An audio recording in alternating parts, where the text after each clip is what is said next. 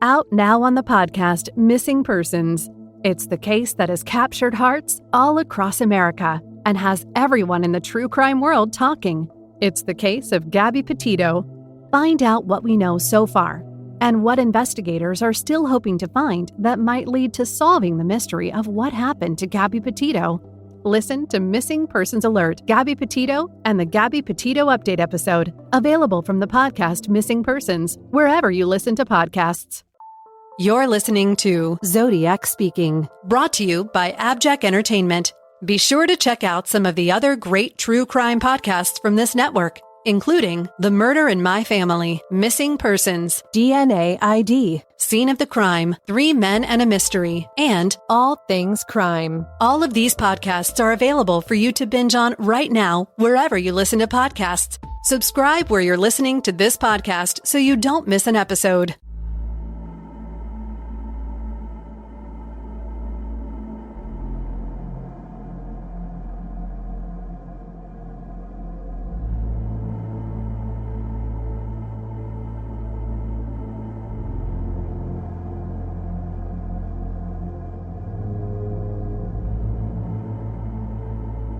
This is the Zodiac speaking.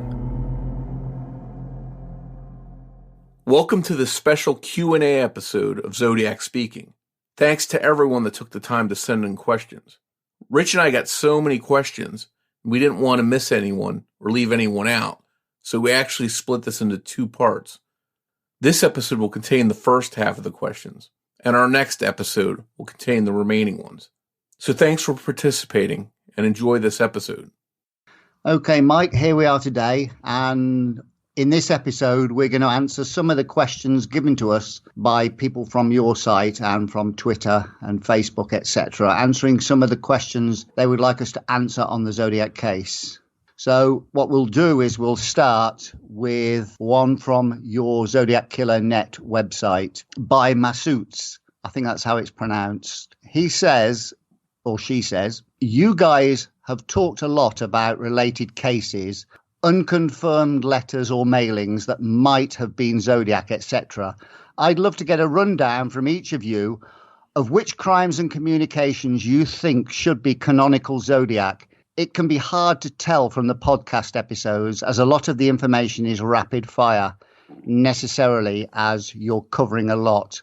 I also think a few minutes spent on the biggest myths or misconceptions could be useful. Stuff like Dear Lodge, rumours which mailboxes he used are known, the Darlene Ferrin creepy party guest, etc.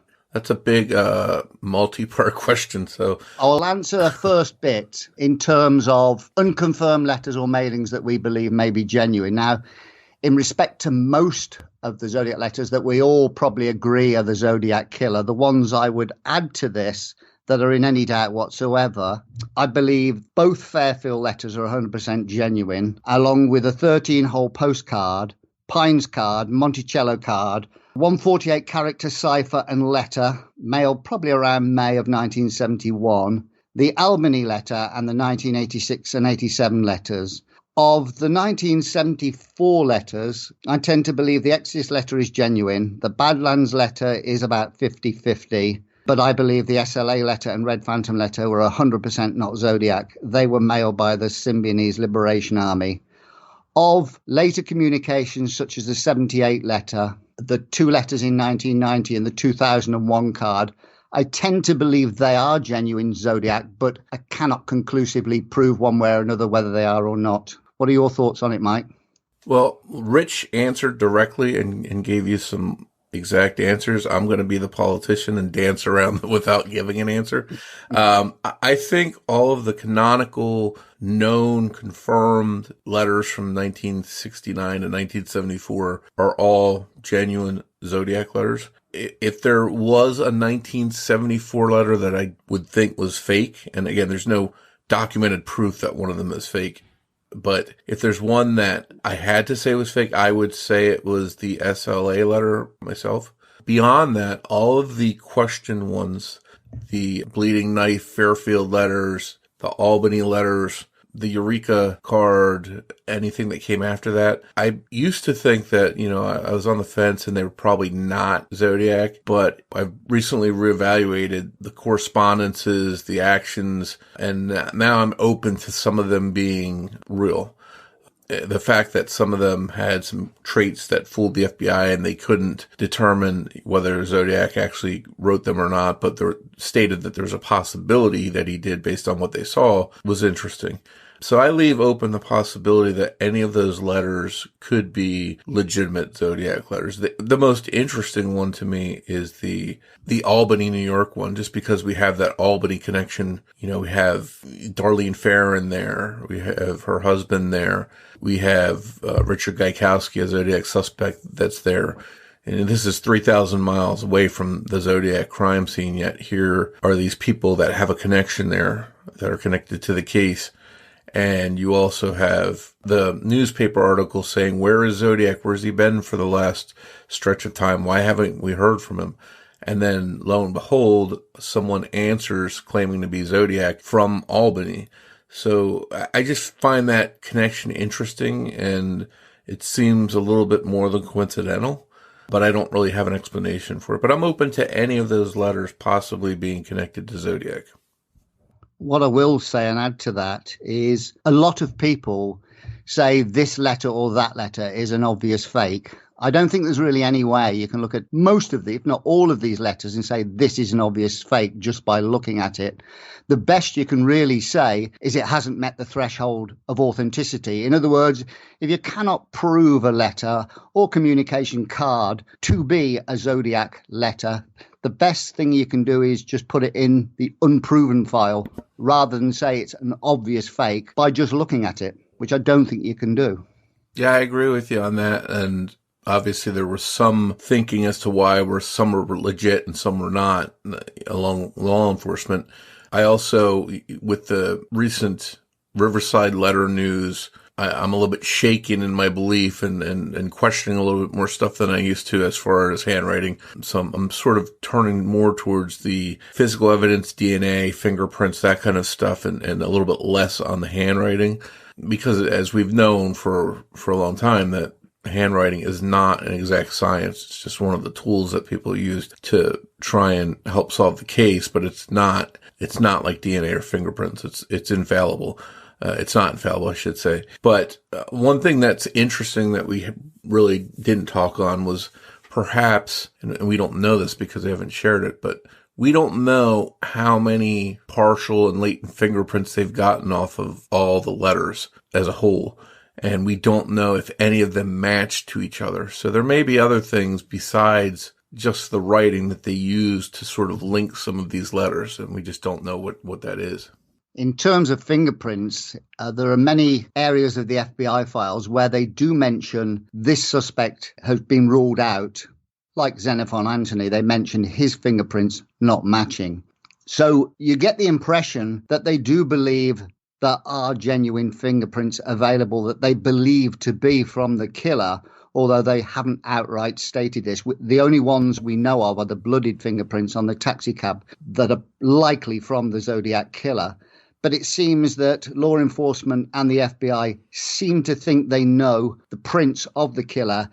Otherwise, they wouldn't be able to rule out people in the FBI files like they seemingly have done. Yeah, you would hope that they're ruling people out with some solid prints. And I think that bloody cab print, for example, is one of the ones that's the strongest. Yeah, I know there's also a palm print from at least one letter. So again, no idea, because they haven't disclosed this information, how many things link to each other. If several of the letters have some of the same prints on them, and therefore they know the same persons in all of them, we just don't know that because they haven't released that. Now, Massoud's also said he wants us to cover a few little misconceptions about the case, including Deer Lodge and the mailboxes that some of the letters were mailed from, and the Darlene Farron creepy party guest. Well, with respect to Deer Lodge, this was likely to have been planted or suggested by Sergeant John Robertson, who interviewed Hartnell while he was in a susceptible state under heavy sedation after his operation. It's my belief that Deer Lodge would never have been mentioned by Brian Hartnell if not suggested to him. In terms of the three biggest myths in the Zodiac case, from my perspective, are the Zodiac killer initially pulled alongside David Faraday's Rambler at Lake Herman Road. Nothing points to this being the case, other than Les Lundblad, who planted a seed in everybody's mind of how the crime went down initially. And I think that's been followed for the last 50-odd years. Donald Fouke never passed the Zodiac, then turned into Cherry, where he met Pellicetti. That is impossible. And thirdly, the phone call directions at Blue Rock Springs were not incorrect. That is my thoughts are the biggest myths that probably will keep on persisting forever. But that's only from my standpoint. Well, I think some of the myths in this case stem from Robert Graysmith's book. You know, the whole painting party issue, the details surrounding that are definitely disputable. Richard Hoffman, the police officer being an attendant there at that painting party is far-fetched. He's denied it, and I don't know where Graysmith got that from, but I think a lot of the things stem from that. As far as Deer Lodge, I think the name that Brian was saying was something along those lines. What's interesting, it's been debated if it's Fern Lodge, Deer Lodge, a place in Colorado, a place in Montana. But what's interesting is that there's a recent post over at Tom Voigt's forum where there's a mention of a Deer Lodge prison break in the days before Lake Berryessa. And I find that too much of a coincidence for him not to be talking about that. And another interesting aspect of that is that story was not widely known to anyone in California that there was a prison break in Deer Lodge in the days before Lake Berryessa. So I think there's a possibility that whoever Zodiac was knew about that prison break either because he had access to the news of what was going on in Deer Lodge or he had family there. And that's an interesting thing. And I've sort of dug a little bit and I could find no mentions of it in California in any newspapers. Although, who knows, it could have made a blurb, a short, 30-second mention on the nightly news, Walter Cronkite or something, I don't know. But I also have, on a personal note, my favorite suspect in the case, McDuff, had family there, and his sister, or cousin, I should say, excuse me, was sick in Deer Lodge and was hospitalized on that date, right before Zodiac struck at Berryessa. So I could see something like a family there calling his family saying, hey, so-and-so is sick. She's not doing well. And his family relaying it to him saying, did you hear your cousin's not doing well in Deer Lodge? She's really sick. And his cousin actually wound up passing away in the coming weeks after Lake Berryessa. So to me, I think there's a possibility that Deer Lodge was the real name of the place, because I just find it too coincidental that there was indeed a prison break there in the days before Lake Berryessa. Yeah, I think I read something about that a long time ago. There were two guys didn't they cut through a fence about 8 days before the Lake Berryessa attack? Yeah, and they were on the loose, and it was making news in Montana, certainly, but not in California.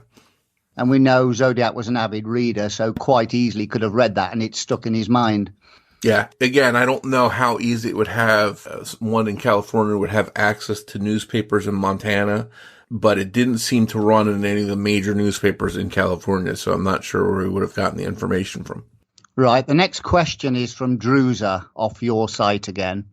I'll break this into two parts. He said, I would appreciate a discussion on whether the killer was likely to have known any of the victims in the 4 canonical attacks. Is there evidence to support the idea that Zodiac followed any of the 3 young couples to their final destinations, even though none were attacked upon arrival? Were there any victims reported to have shared their plans to go where they were ultimately discovered? Obviously, I've read the police report, but to me, my interpretation is that there is no evidence to suggest that the Zodiac killer knew any of his victims, other than rank speculation. I see no evidence to show any of the victims were followed to any of the crime scenes either. The only thing I've read in the police report is that Debbie Faraday did, however, mention that the Friday afternoon of the murder, that David was going to go to Lake Herman Road that night because a bunch of kids were going there that night. But if we believe Helen Axe's sighting of the Rambler in the turnout at about 10:15 to 10:30 p.m., then the murder around 11:15 p.m. and the idea they were followed goes out of the window effectively. Yeah, I tend to agree with you. I don't think there's any evidence that anyone of the confirmed Zodiac victims was targeted. You know, for example, David and Betty, their plans, at least what they told their family, was that they were going to someplace else that night, and they wound up out at Lake Herman Road. So could they have had friends, like you mentioned, that they said, hey, let's all meet up at Lake Herman Road? That's possible. But unless Zodiac somehow was connected to that string of friends, you know, I don't see how he would have known. Also, you know, if you look at Blue Rock Springs, in the early reports, it's mentioned that Darlene and Mike Mageau went there sort of as a whim, just a place to spend some time, to be alone. But later on in the Zodiac 2007 documentary, the story changes in Mageau that, they were followed and they were being chased and they were fleeing and just all this dramatic stuff that didn't happen. There's no indication that happened. So I don't see how anyone would have followed them there. I think it's safe to say that whoever Zodiac was, he was stalking these areas, not people, stalking the areas where he knew he could find people. The same Lake Berryessa, the day of the attack on Brian and Cecilia, they sort of as a last second thing, because they were running out of time, after running some errands in the morning, said, hey, let's just go to Lake Berryessa. So that was on the fly. So I think all through the attacks, you see just a randomness to the people that were attacked. It just happened to be in the wrong place at the wrong time. Yes, and the first thing that Michael Mageau mentioned when he arrived was the kids letting off firecrackers in the parking lot. So that would have taken a few minutes, and by the time they had left, that dispels any notion that they were followed there, unless the guy hid round the corner and just sat there for several minutes. But then a strange car arrived and left, and then, as far as we know, then the real killer approached. We don't even know if the car that pulled alongside them shortly before the attack was the killer in the same instance. Yeah, and I tend to think it was, but again, you know, the details are sketchy. It was dark out there. There wasn't good lighting. Mike certainly wasn't clear on that, but I find it odd that a car would show up there, pull alongside them, sit there, not doing anything, turn its lights off, and then turn them back on and take off. And then a few minutes later, they're attacked. I think it was the same car, but again, no evidence that it followed them there, that they were targeted, anything like that. Now, the second part of his question, I can't really answer reasonably. He says, apart from knowing a location in advance where a certain cabbie was likely to frequent while on duty, is there a reasonable way that a killer in 1969 could have targeted a specific cab driver in a city like San Francisco? And all I can say is, unless he'd have targeted the area where cabs line up in, say, Union Square, and waited there until he saw Paul Stein and interjected himself in that manner, the only other way is if he knew Paul Stein, had arranged to meet him at a certain time between a certain period when Paul Stein may have been available later, and met him that way. Other than that, I can't see any way how he knew Paul Stein or deliberately targeted Paul Stein. Yeah, and Paul had just started his shift. He had, I think one fare before he picked up Zodiac. You know, to the airport. It's a crowded block. It's nighttime in San Francisco on the weekend. It was undoubtedly a lot of shows starting, ending. So to find, with all those people, to just find the right cab that had a person you were targeting in it seems far-fetched. There's been some speculation, some theorizing that Paul may have allowed someone he knew to ride in the front seat with him.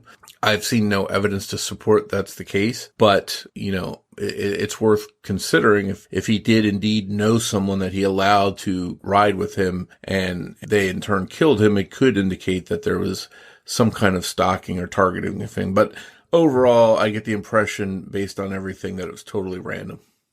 They did manage to get the Zodiac Killer riding. Well, at the time, they didn't know it was the Zodiac Killer. But in the first sketch on October the 13th, they did manage to get the Zodiac Killer riding in the front seat somehow. I don't know how they managed that one.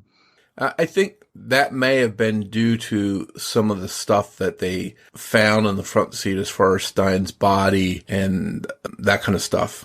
and just assume that the person was in the front seat with him. I think maybe once they played everything out and based on the physical evidence, the blood spatter, that kind of stuff, I think they later determined that he was most likely in the back seat.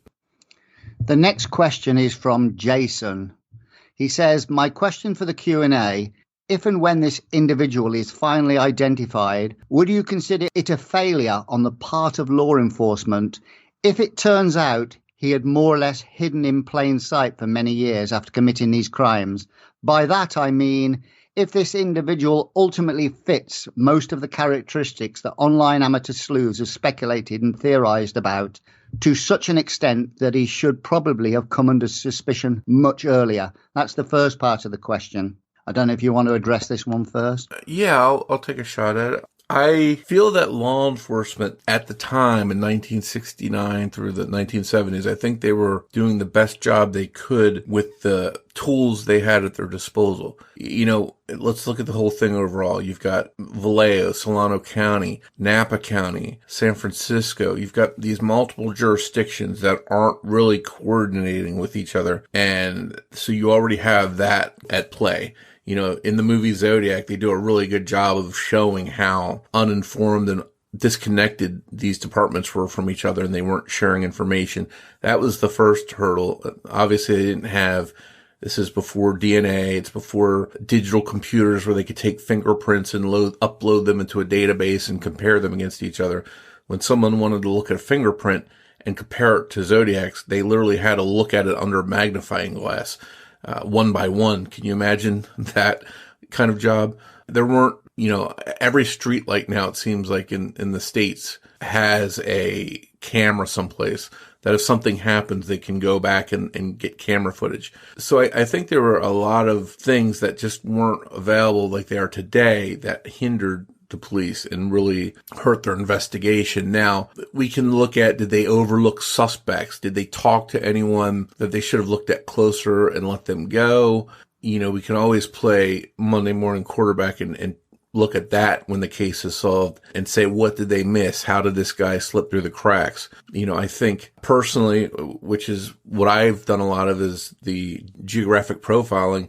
I've done a lot of that, which led to a suspect that I think is the Zodiac. And I think that they could have done something like that along those lines. I know they've done that in other cases. But again, it's second guessing, Monday morning quarterbacking what was available back then. If Zodiac did something like this today and tried to pull this off, he would have been caught undoubtedly quickly. Yes, I like geographic profiling, and I've covered this for many years now. And I thought when you identified your suspect, you took the right approach of looking for people that lived in the near vicinity to that payphone by analysing the letters and the wording that Zodiac used. Whether or not people agree with the suspect you've come up is another matter. But I think the right approach today, in the absence of DNA, and we've been waiting nearly 4 years for this DNA, I think geographic profiling would be ideal. It's not a foolproof method, but it's an aid for law enforcement to use. And I think this is the best thing we can do, is use the words of the Zodiac killer, his movements, his phone calls, the wording in his letters to narrow down a likely location for this killer. I think but I don't consider that law enforcement failed, despite the presumed mistake, say, by the dispatcher at Presidio Heights identifying a black male adult, because this was the dispatcher. Yeah, and that's correct. And just to further on your point about the geographic profiling, it's easy for me to sit here and say they should have done that. I have a computer at my disposal. I'm in minutes. I can trace names, trace addresses, trace locations, go back and look at a person's social media history. I can find a lot of different things in a matter of minutes with the use of a computer.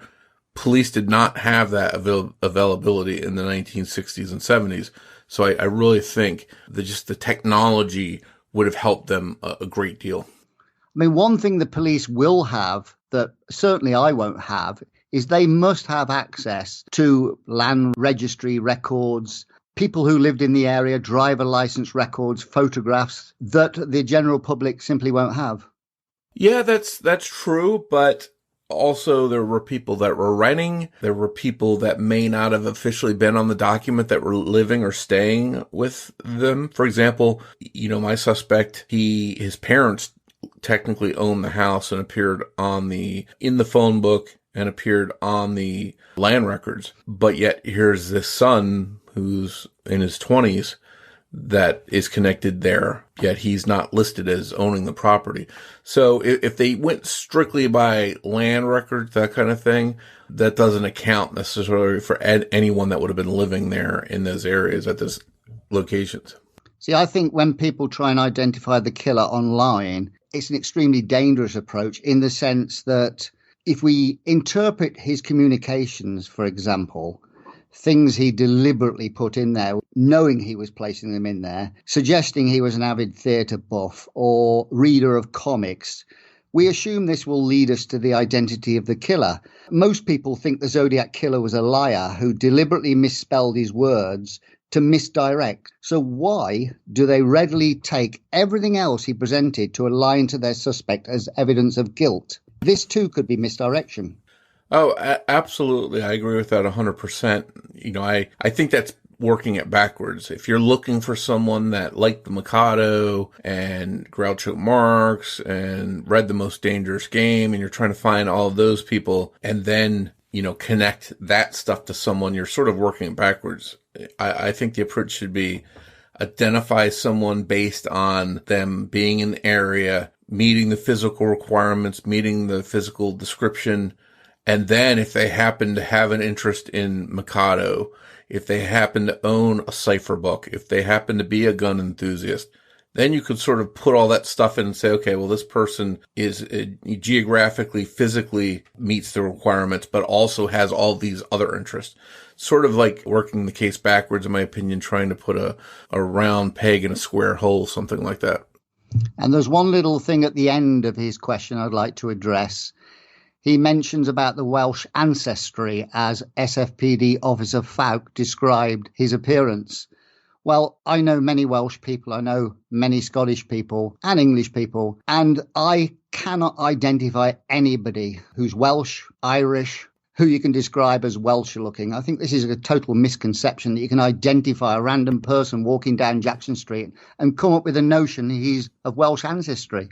Yeah, I'm with you 100%. I don't put any faith in that statement whatsoever. Right, this is a short one by Russ Thompson. He said, veering into the speculative, do the podcasters have ideas as to why Paul Stein's coach, I think he means taxi cab, parked a block west of its logged destination?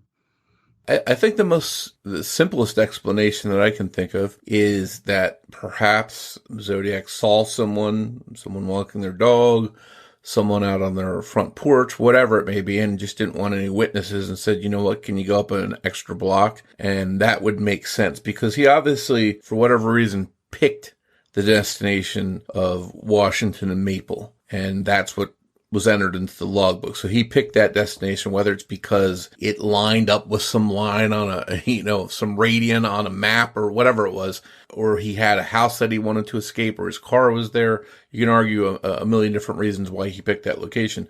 But for whatever reason, he chose to have Stein drive one block further. And I know there's been some speculation that somehow he shot Stein at that location and the car coasted. I've heard all kinds of different theories. The thing that makes the most sense to me is that he chose to have him go a block further for whatever reason. Yeah, that's exactly how I was going to answer it. I would say that the most likeliest answer is he'd planned to murder Paul Stein at this intersection, because this intersection, if you compare it to Washington and Cherry and the two or three intersections before Washington and Maple, it is the most secluded with less overlooking houses. So it'd be the correct choice to kill somebody in a built-up area of the city. However, if people are obviously milling around at that corner, it makes more sense to ask Paul Stein to drive one block further west. While the only thing for a Paul Stein murder and the killer accessing the taxicab pedals and driving the vehicle himself one block further would be the absence of a gunshot heard by the three teenagers, is the only real redeeming feature of that notion. And I think that maybe goes back to if Zodiac was in the front seat, for example, and he shot Paul and the car was coasting, he technically could have reached over and grabbed the steering wheel and tried to put his foot on the gas or the brake, what have you. I think that would have been very difficult, and I can't see that scenario playing out in my mind. And I don't think he would have, in the back seat, shot Paul while the car was driving and the car coasted, because then you've got the car possibly going out of control, hitting another car, crashing into something, making noise. You've got people coming out looking, and then you're trying to flee, and that's more witnesses. So I don't see Zodiac doing something that stupid to draw a lot of attention to himself. I think he waited for Paul to put it in park, and then he shot him. Now, I don't know whether you've analysed this next question, but CZ85 asks, what do you think of the Z13 solution posted here? And it's a solution on your site by Yorick, where I can comment on it, but I don't know whether you can, because I don't know whether you've read it or you remember it. I vaguely remember it. I'll listen to your explanation, and then I'll see if that rings a bell. I read it a while back. Most of these solutions I read at the time, I either think they've got some merit or they haven't got any at all, and then I move on. So I haven't read it in a while, but you'd have to read through it. But I was going to answer it by saying the solution to the Z13 that was presented on your site, I don't believe is correct. But I'm simply the wrong person to ask, because I'm satisfied with the Z32 I've presented on my site, helped by Druza, that I think is the correct answer to the Z32, and the Z13 to about a 99% satisfaction. So asking me to assess another solution as correct would be like in asking Mike Rodelli to consider another Zodiac suspect. It's pretty pointless. I would suggest that this question is asked to somebody who is totally unbiased and doesn't believe they think the solution is already solved. Yeah, I think it's refreshing to see your honesty, that in this case, when people form an opinion, that they lock on, they hold on to something that they believe. We don't see that a lot. We say people, say I'm totally open, I'm totally impartial, yet they'll crap on a suspect because they have their own favorite suspect. At least you're being honest and saying, hey, I believe this to be true, so I can't answer this one objectively. But my answer about ciphers in general is I refer everything to Dave Warrencheck. When there's something that comes up having to do with ciphers, I'll usually send it right over to him and say, look, I have no idea what I'm looking at here. Is there any validity to this? Now, one thing he's told me repeatedly about the 13-character cipher is that the shorter the cipher, the harder it is to accurately confirm or decipher. And I believe, and maybe Dave can chime in someplace along the way if he hears this or whatever, but I believe his response was basically that since it's so short, we'd never really know if the answer was correct or not, because anything that anyone puts in there that fits could be legit. But since it's so short, it's not enough material to know if it's right or not. Now, maybe the thinking of how they got there, the science, the formula that got them to that answer might be more helpful to see if it's possibly legitimate. But as for me, the time on the ciphers that you would have to spend to really diagnose them and dissect them, I think that's an area that I struggle in. So I usually refer that over to the experts. Yes, unless a key is provided somewhere in later communications that somebody unearths to reveal the mystery to the Z13 or Z32, it is virtually impossible to prove, because you're just coming out with a theory or an idea. You're trying to put plenty of evidence in place that points to your solution, but there's no way of proving it. The problem is the 340 relies on a cryptographic method. These probably don't rely on a cryptographic method, because the Zodiac killer was not a fool. He created these two ciphers. He must have known when he created a Z13 that it was simply too short to solve, and I don't think he was that stupid. Also, when he did the Z32, we know there was 29 unique symbols out of 32. Now, that is even worse than taking the alphabet and changing K to say A, M to say B, and Y to say C, and now saying solve it. Well, it's impossible. Nobody can solve that, because you can virtually put any message in there that you like. So unless the Zodiac has actually provided a key or a clue in later communications, then it's unsolvable or provable. But a lot of people have speculated that maybe he's using some of the coding from the Z408 and Z340. But I don't even think Dave Aranchak has probably looked at that. And I see no correlation between those two ciphers and these two ciphers. So I think asking Dave Aranchak to solve this, he's answered the question already, that they're simply too short and the other one is too variable to have any cryptographic solution. So logically, assuming the Zodiac killer wasn't a complete fool and knew some element of how ciphers worked, I think he's probably designed them in a completely different method. Yeah. And one other thing about the ciphers is when someone has a preconceived notion of what it should say or what it's probably going to say or who they think Zodiac was their favorite suspect, they're looking for something, words or a phrase or whatever that's connected to their belief already. They're looking for something specific instead of letting something form naturally. They're seeking words that they think are going to be there. And from what Dave has explained, that's not the way to go about it. But what will be interesting is if the case is solved, then you can go back and say, okay, we know who this person was. We know what we know a lot about them. Now we can see if we can figure out what does this say. Yeah, what I would say is with things like the 340 cipher and the Halloween card, if you have a suspect, say Arthur Lee Allen, Theodore Kaczynski, it doesn't really matter, anybody. If you look hard and long enough, you can always work back and find an answer or a way of fitting your suspect into the Halloween card, which is particularly easy to manipulate to whatever you want to say it. The same with a 13-hole postcard, the same with the 340 cipher. People who work backwards to draw a conclusion they've already made their mind up on is not the way you should approach these subjects. Yeah, I agree 100%. Now, Marion Bad has said, this is multi-question, so I will start with the first. She says, why did Zodiac choose those particular payphones, particularly the Napa one after Lake Berryessa, as it is a bit out of the way if you think he was from Vallejo? That's an interesting question. As far as the phone booth selection, the one let me start with one she didn't mention specifically, but the one at Springs and Tuolumne, I believe that location was selected because Zodiac went home, parked his car, cleaned up, hid his guns, made sure there was nothing connecting him to the Blue Rock Springs shooting, and then walked to the phone booth to make the call, and then he could walk back to his house without anyone being the wiser, and no one would see his car. If any police cars came down the road, he could escape behind a house quickly. So that's why I believe that he chose the phone booth at Springs and Tuolumne. As far as the Napa car wash, that's an interesting one.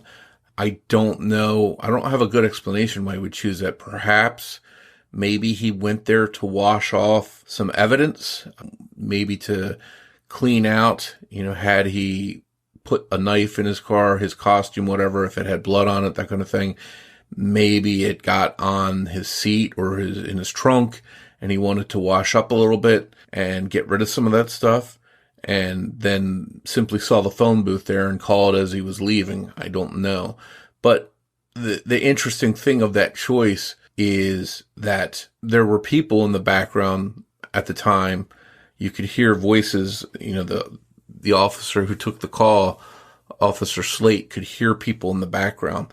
It's a shame that none of those people were ever able to be identified because they may have seen Zodiac or his car there. And just about the specifics of that location, it was on Main Street, as I recall. I don't know what route Zodiac would have taken. Maybe that can tell us something about his travels to and from Lake Berryessa. If that's out of the way, but not out of the way for him because he lived in a certain location, maybe that's why he chose that, because it was along his path.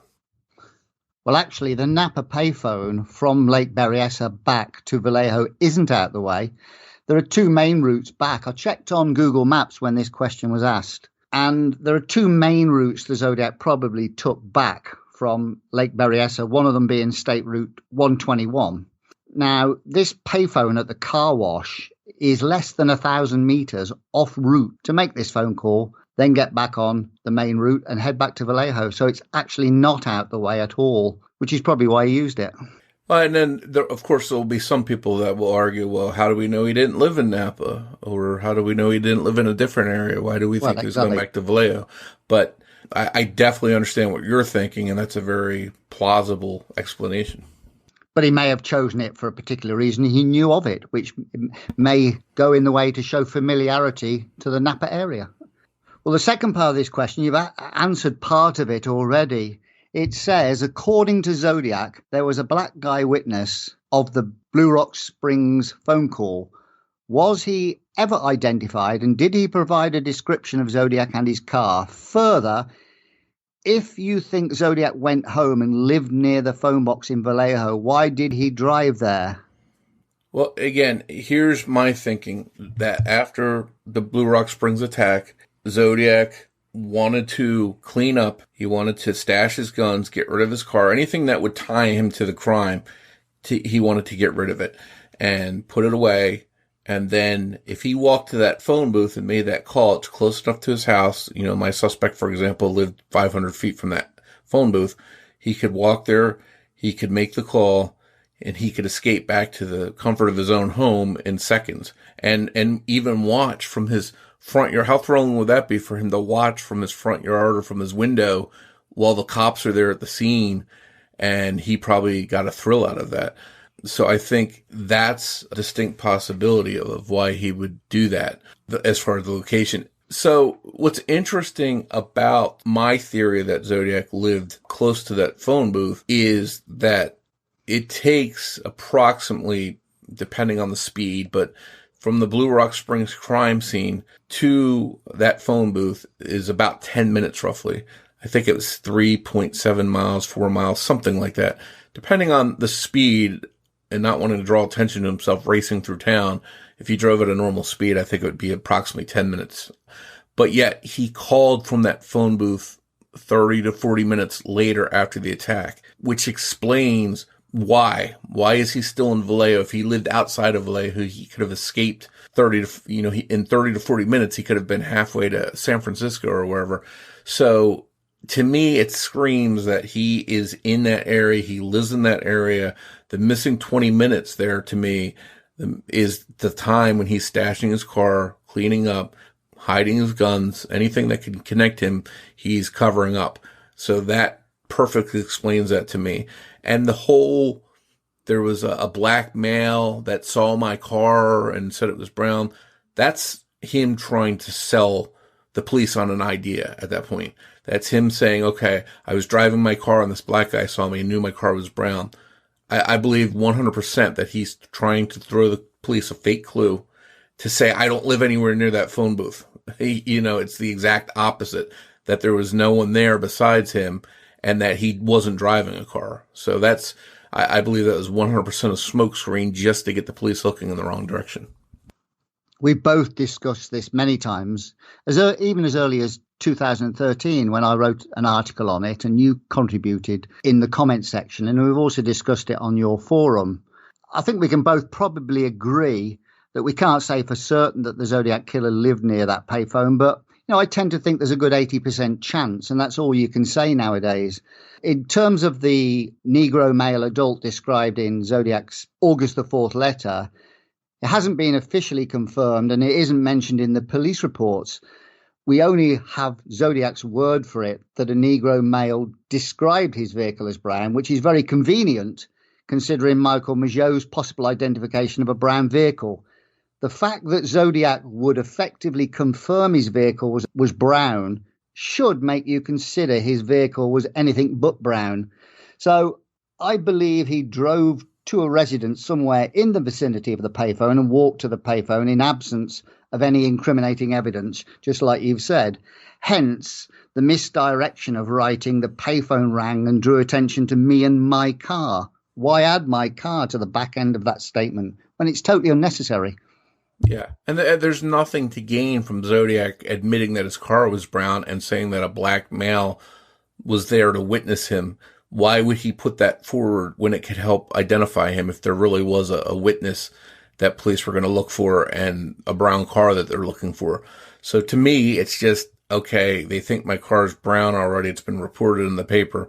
I'm going to run with that, and I'm going to have them looking for a brown car, and I'm going to have them looking for a mysterious black witness who doesn't exist. And, it worked because they never did identify anyone like that. It's unclear how much time they spent looking for someone, but they never did identify anyone that was a witness that night.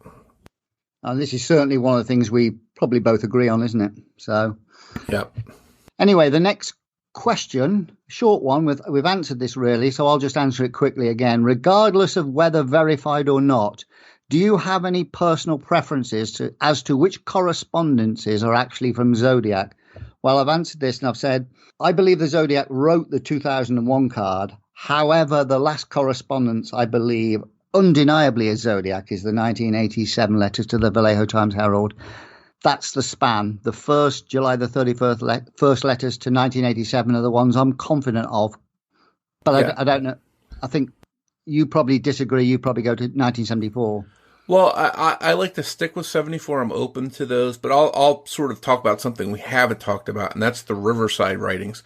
For a long time, I thought for sure they were the work of Zodiac, that whoever Zodiac was had to be in Riverside in 1966 to 1967. But then, obviously, with the recent Riverside fiasco, finding out that a hoaxer had written some of the Bates letters, and then the confirmation that the Bates letters were detailed in a early 1969 article in the detective magazine that we found, that we discussed previously, it proved to me that Zodiac could have stolen those words, those phrases that were in the Bates case letters and used them in his letters. Because I have no doubt there's only two possibilities. Either Zodiac wrote the Riverside letters or he stole them from that detective magazine. They're the only two possibilities that can exist for me, because the words, the phrases, the misspellings are all identical. So, based on that, I think he either directly wrote them or he read them from that magazine and copied them almost verbatim. And again, I thought for sure that there was a good likelihood that he was in Riverside during that time, and especially because of the handwriting matching. But now that we know there's a possibility the handwriting is flawed, that sort of opens my eyes to, hey, maybe he never was in Riverside at all. Yeah, while I think handwriting analysis is useful and should be used as part of the investigation, it shouldn't be wholly relied upon, because it's quite easy not only to copy the Zodiac's handwriting, but it's easy for the Zodiac to write in a different handwriting. All he has to do simply is knock back 10 points, write it quicker, write it on drugs, write it on a different surface. It's quite easy to disguise your handwriting as well as using your left hand. So I don't think we should rely too much on handwriting. Obviously, the longer the letter, the more likely it is to be closer to his handwriting, because the ability to keep up a pretense for longer is harder, especially over a series of 10 years, 20 years maybe. So, while I think handwriting is useful, I don't totally rely on it. And I certainly wouldn't compare individual letters from a letter in 1970 to a letter in 1986 by comparing E's and F's. I think this is stretching it a little bit. Yeah, I agree. The handwriting is definitely not an exact science. Now, by the same point, I've looked at a lot of different writings from different suspects and different things I found online, and I don't think anyone needs to be a question documents examiner to know whether things look similar.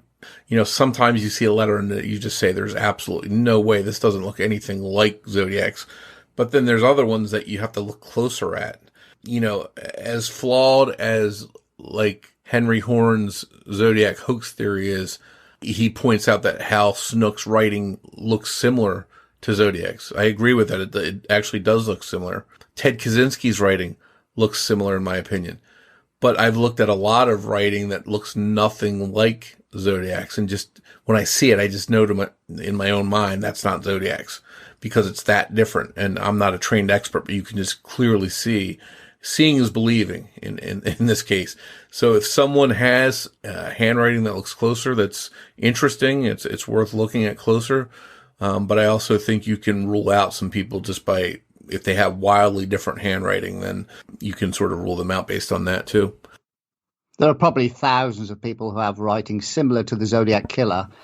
When you think of comparing letters, how many ways can you write an E, an S, an O, an I, an A?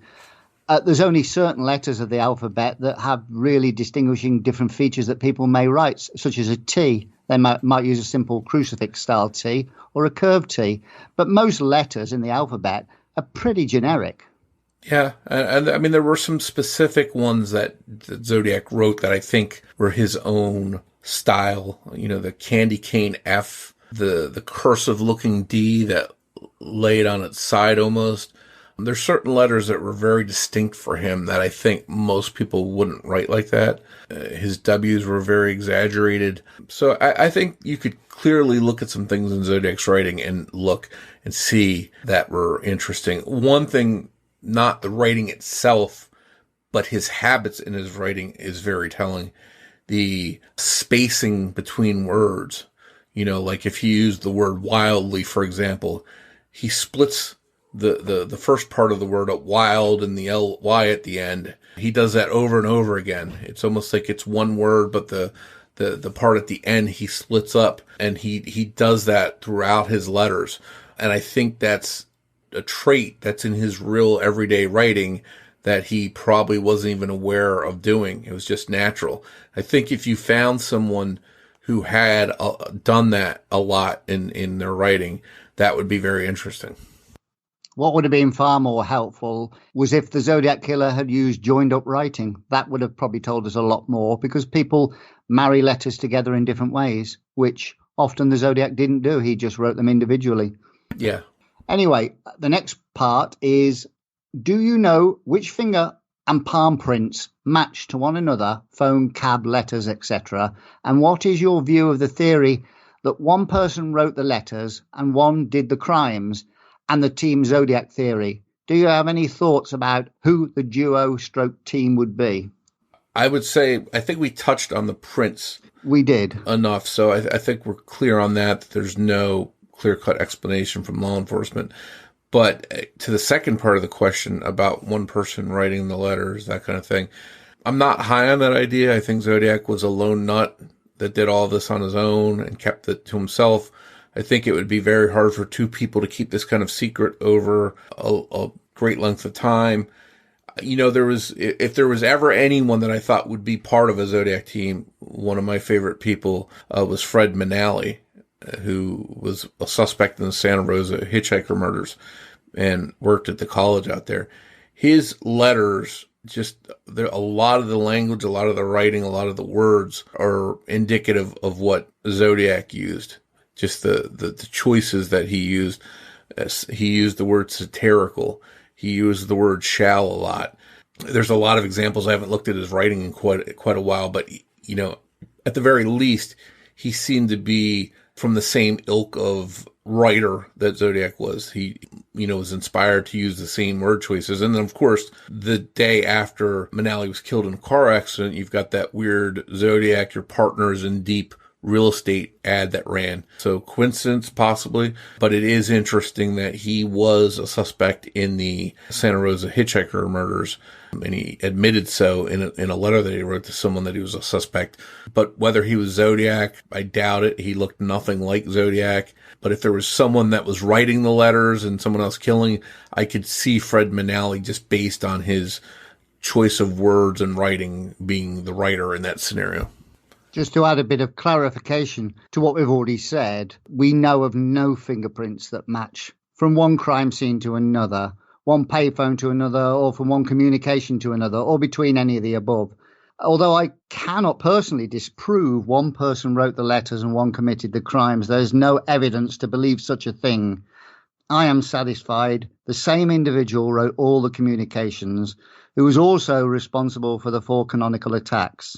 The only crime a case can be strongly argued, possibly involving 2 individuals, was Lake Herman Road, using the ballistics and the wording in the August the 4th letter. But I still tend to support one person being responsible for all of them.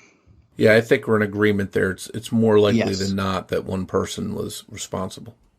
Now here's a little hypothetical question. This is the last one she asks. I don't think the Zodiac knew any of his victims, but if you had to pick one to be the one he knew, who would you choose and why? Now, I've already got an answer to this, so I'll just want to curiously see if you agree with me. I'd pick Darlene Ferrin just because she was so well known to a lot of different people. She was very friendly. She was someone that worked in a local restaurant. So I think there's a better likelihood of her being someone that Zodiac would have known, even if it was accidental, even if he knew her after he shot her and just recognized her at that point. I think she was the most likely one that he would have known, in my opinion. Well, I picked David Faraday based on the fact it was claimed he was meeting up with a few friends at Lake Herman Road that night. And somebody who was familiar enough with him may have got wind of it, but it's highly unlikely. That's my answer to that one. Yeah, and you could even have a scenario where, let's say, Zodiac was obviously older than David Faraday. He was, you could argue whether he was 5 years older, 10 years older, 20 years older. But let's say an older family member of one of the people David shared that information with caught wind, heard their little brother or their son or whatever talking to David on the phone saying, okay, you're going to Lake Herman Road tonight. You'll be out there at around 11. Okay. And then all of a sudden the Zodiac, whoever he is in that scenario, knows that there's going to be someone there at that time.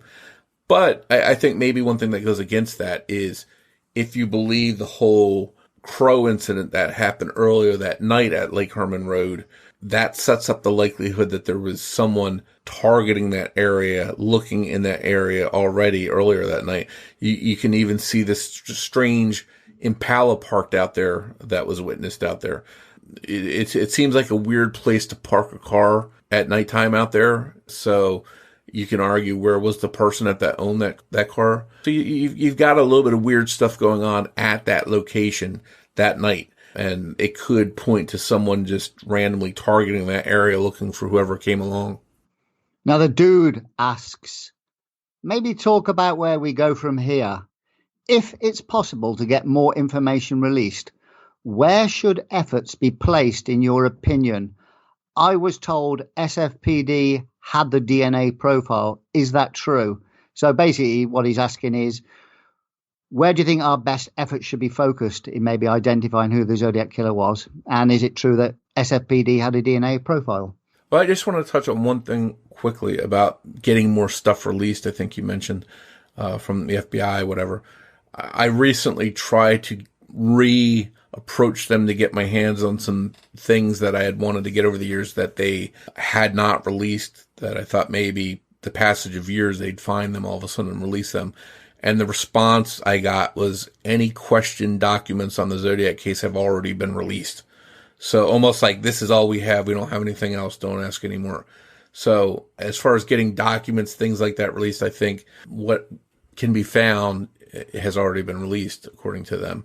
But going forward, I think it's all about physical evidence. Again, we talked about the pros and cons of writing. It's open to interpretation. It's going to be physical evidence at this point that concludes this case. And DNA can play a heavy role in that. If, again, we've all heard the rumors that there's DNA work being done. There was a rumor started a couple years ago. Was it 2 years ago almost already? I can't even remember. It's been a blur, but saying, it got out that, hey, there's Zodiac DNA, and everyone spread it like it was accurate. And I was one of the people that said, hold on, pump the brakes. That's not true according to my sources. Well, sure enough, here we are years later, and the case isn't solved. So I think the original information that was shared was inaccurate or not complete. I think it's safe to say that police are working on obtaining Zodiac's DNA profile. And if they can do that, they'll upload it to GEDmatch, those kinds of sites, and try and make a family tree for the Zodiac. But again, that all depends on how the DNA quality is, on evidence that they have, if they're able to get enough DNA to create that profile. But then just when you find Zodiac's DNA and upload it and get a match, there's still the work of going through the family tree, finding the right white male adult who was in the right areas during the right times. They have to do a background investigation there. They have to see, does that person have prints on file? There's a lot of work that still has to go into building a case against him. Even if the person's dead, that won't prevent them from doing DNA, genealogy, finding a living family member and comparing it to them to see if they've got the right person. Because there is a very good chance that Zodiac's dead. So they'll have to sort of do a workaround with the DNA. But if they have prints on file and those prints match to some of the prints they have, that'll be telling. And then if the DNA also matches, I think it'll be a pretty open and shut case that, hey, we have a DNA match, we have a print match, this is the guy. I think a few years ago, on your site particularly, Mike Rodelli, and in his book, mentioned that Alan Keel, who worked at the SFPD, mentioned that Alan Keel claimed there was a DNA match, a full DNA match, between the 1978 letter and one of the 1974 letters. Now, in the DNA chart, only one letter was tested for 1974, and that was the Exorcist letter. Therefore, one would have to believe that the DNA match between the two letters had to be the Exorcist letter and the 1978 letter.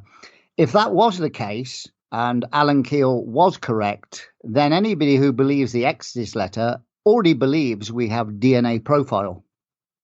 Well, no offense to Mike Rodelli or Alan Keel, but unless I see something in black and white, I'm not believing anything that I hear as a rumor, as hearsay, or I heard it from so-and-so. Unless I see something in an official capacity, I'm not believing it. Yeah, I was going to say this is secondhand information, so I've got no reason to disbelieve Mike Rodelli, but you still need to have it. It would be better to get Alan Keel stating it officially to us now, because he worked at the SFPD. But until we get that, it's just sheer speculation at the moment.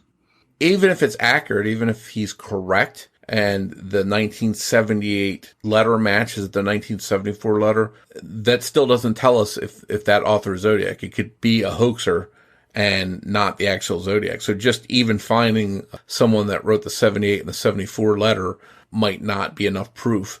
If it matched Paul Stein's letter with the shirt piece in it, well, obviously that would be the killer, undoubtedly. So that would be more compelling. And the latest speculation regarding the DNA started in about March of 2018, but they were talking about reanalyzing the DNA from the letters as late as winter 2017. So now it's been nearly 4 years and no developments have been made regarding DNA on the Zodiac letters or any genealogy for that matter. So in absence of DNA, I think geographic profiling, which we've already discussed, is the best tool we have. Kim Rossmo, who is a Canadian criminologist, stated that if this technique was applied today, it wouldn't be too difficult to find this person. And I agree. The Zodiac, despite being a sociopath, still would have likely adhered to the basic principles of observing buffer zones, the least effort principle, and the constraints of time and work. So I think the best avenue forward is doing what you've done with your latest suspect, McDuff, and focusing on areas the Zodiac killer likely lived. If that fails, and move on to the second likeliest location, and so on. I think using the killer's actions and his wording against himself is probably the best approach we can adopt today.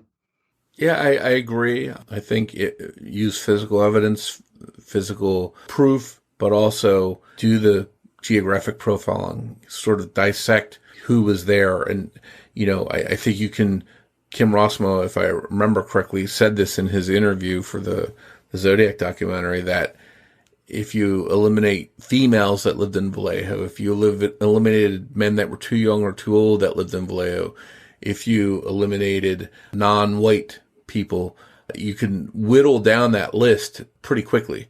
And then you can go from there and say, okay, there's only so many white males within a certain age range, within a certain height and weight range. And you would be left with a reasonably short list at that point. If you believe that Zodiac lived in that area, and I believe he did, most killers start out offending close to their home. And as they become more comfortable, they move out from there, which is what if that turns out to be the case, that would be what happened in Zodiac's case. He started in edge of Vallejo, in Vallejo, then he moved out a little bit further to Napa, then he moved out further to San Francisco. So I think we see that possibly being the case here. But another case, a famous case, the Golden State Killer, for example, the police went down that road. They actually did do a lot of geographic profiling. They thought he lived in a specific area. But D'Angelo, being smart, knowing this information because he was a cop, knowing what they were going to do to look for him, he never struck close to home. He was the exception of someone that did not offend right in his neighborhood because he knew police would be looking close at that area. So in most cases, the killer does start out close to home, and some of their earliest victims are going to be right there. Yeah, they do target areas close to home and areas they are familiar with. If we both probably believe maybe the Zodiac had a 9-to-5 job. So the two early attacks, Lake Homer Road and Blue Rock Springs, were likely committed closer to his home because he's got less time available to plan the crime and to target the areas he wants to attack. On the Saturday, when he targeted Lake Berryessa and Presidio Heights, he had ample time to move further away from where he lived. And I think it was Kim Rossmo that said, in the two first attacks, he targets areas rather than couples. He's targeting areas that he's familiar with and he knows he can likely pick up victims. When he travels further away to somewhere like San Francisco, he doesn't know the area as well, but he probably knows parts of San Francisco. And that's why he targeted a cab driver to take the cab driver to the location he wanted to choose. And that's why he probably didn't live in San Francisco, but he commuted there to work. Well, that's a very good point. If we look at the fact that all of these Zodiac attacks were primarily on weekends, usually at night, in the Vallejo area and then eventually in the Napa area, but they're all weekends.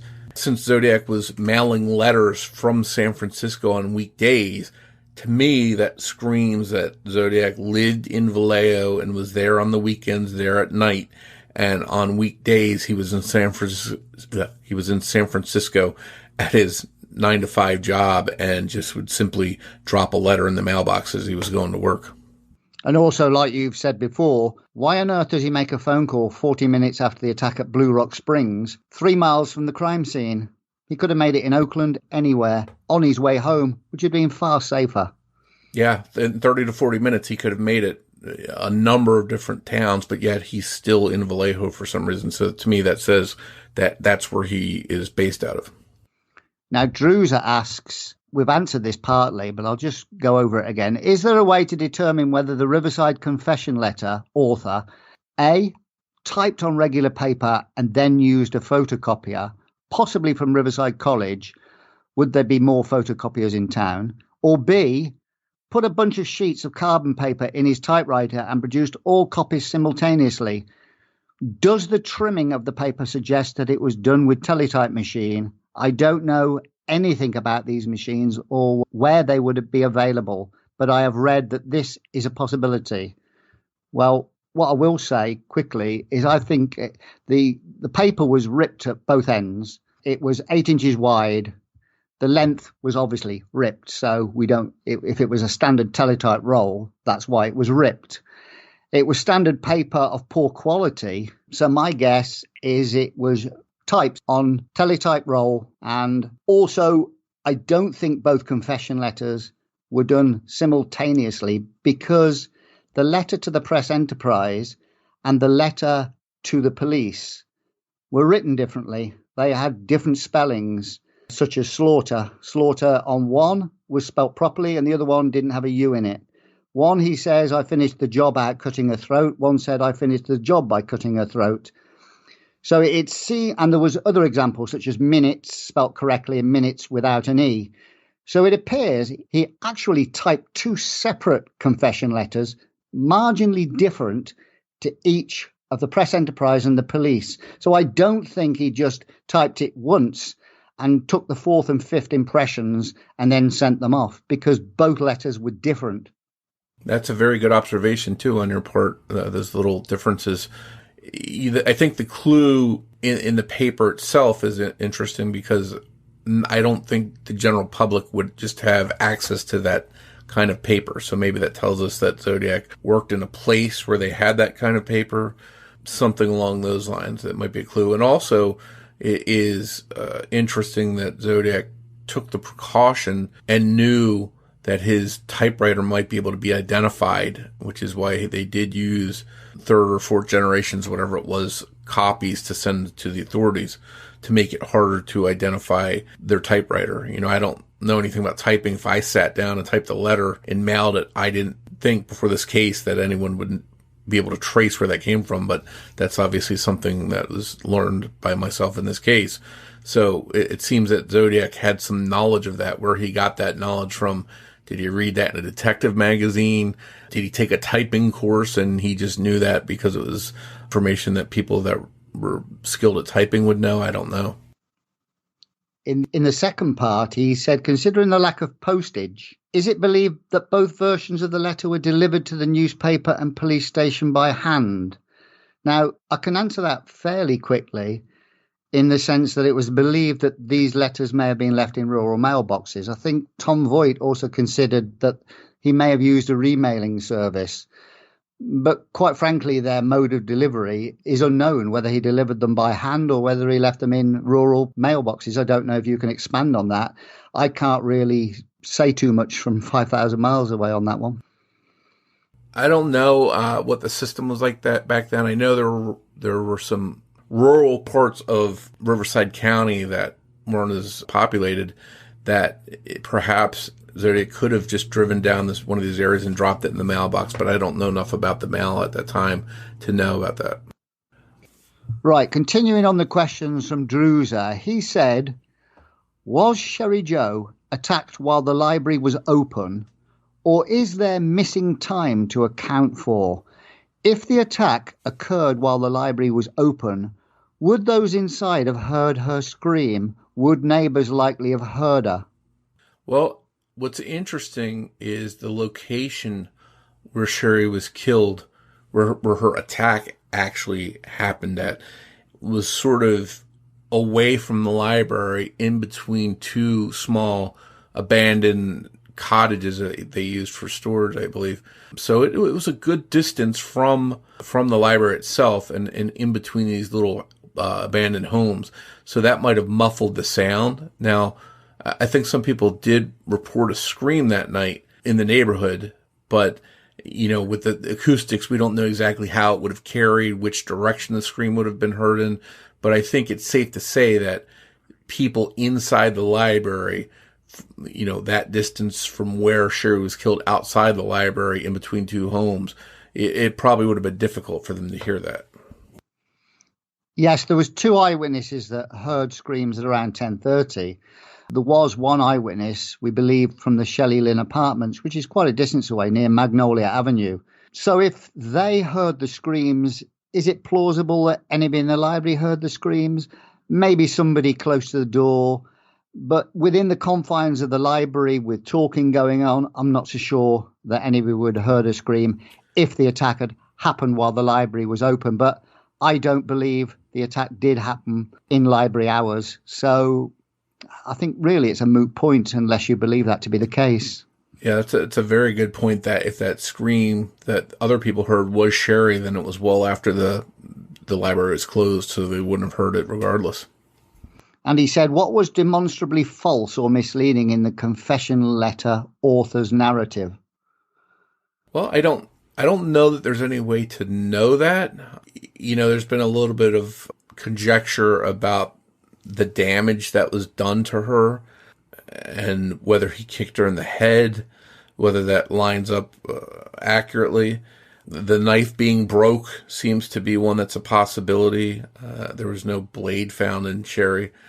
One thing that's sort of the details, the facts don't line up with is about the disabling of the vehicle. Not from the writer's perspective. He wrote that he disabled the vehicle by pulling the wire. But what's the misleading part is that police felt that the confession author had included details only the killer could know about the disabling of the car, for example. And that's just not true. The disabling of the car was clearly described in several newspapers. So that person that wrote that letter could have gotten that information from out of those newspaper articles. So that's a little bit of a false thing, not from the writer's perspective, but from the police perspective. Well, the impression of the confession letter, the author gave the impression that he disabled her vehicle, went into the library, and then followed Sherry out after about 2 minutes when he claimed the battery would have been about dead by then. I think this is demonstrably false because that just didn't happen.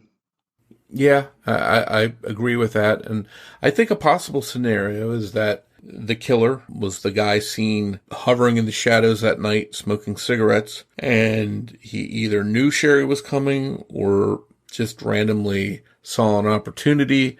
And when she went into the library, he could have disabled her car at that time and waited for her to come out. But again, the whole timeline of that night is in question. Did she come out and go with him and spend time with him? It would seem that he was lying in wait that night for someone and perhaps knew that Sherry was coming there, or that he was just going to target anyone. But the Volkswagen car itself was easy to immobilize because it didn't have a locking engine compartment. So he could have done that rather easily and then waited for her to come out. And then from there, it's just a question of, did they go off together? Did they spend time someplace? Did they talk for a while? And when she was actually killed, that's all that still in question. I mean, what do you think of the claim in the confession letter of the small knife? Do you think that's totally antithetical to everything else he typed in the confession letter? In other words, he was a big braggart. He boasted about the murder, how he made her suffer, and yet used the word small knife. It's not in line with everything else he wrote, suggesting he took it from the newspapers, in other words. Yeah, and that may be very well the case, and I don't have the newspapers or articles in front of me. I don't remember if they mentioned the knife size offhand, but that would be if it mentioned a pocket knife or a small knife or whatever, then that might be something he would steal, because he could just say, I used a knife, or a big knife would sound scarier.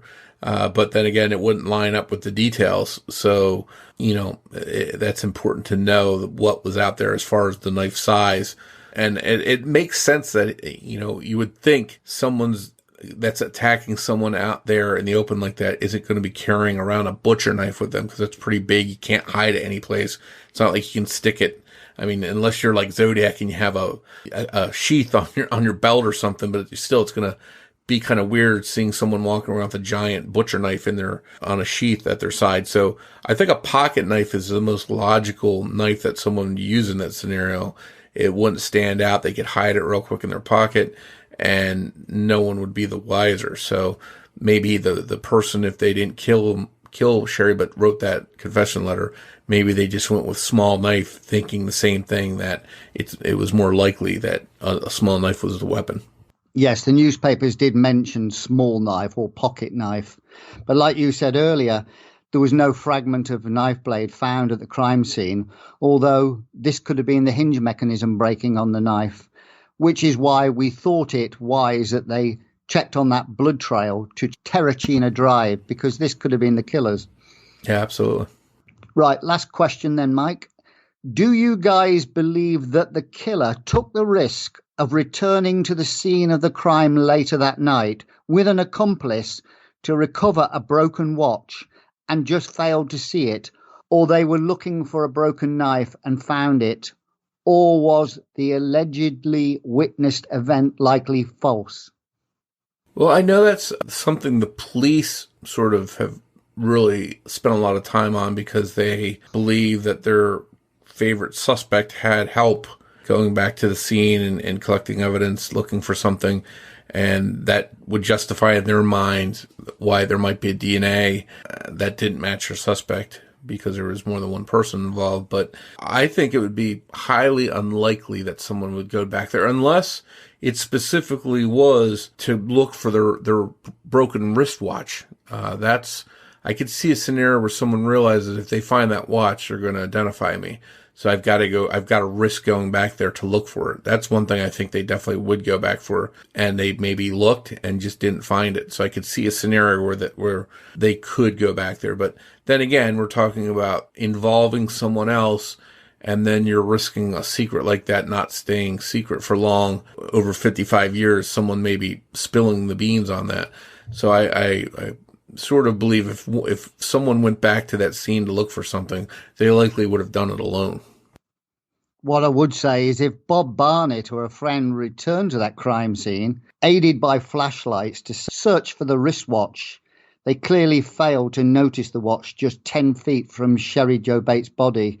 So if they did return, they didn't look very hard. Yeah, and I don't, again, the lighting was not good out there. The watch would have been dark color. So I could see them overlooking, especially if they're doing it quickly. They don't want to be seen. They don't want people stumbling upon them. I could see them haphazardly rushing and not taking the time to really look closely and missing it. So again, I'm not saying this happened, but I could see a scenario where someone losing that watch would want to get it back.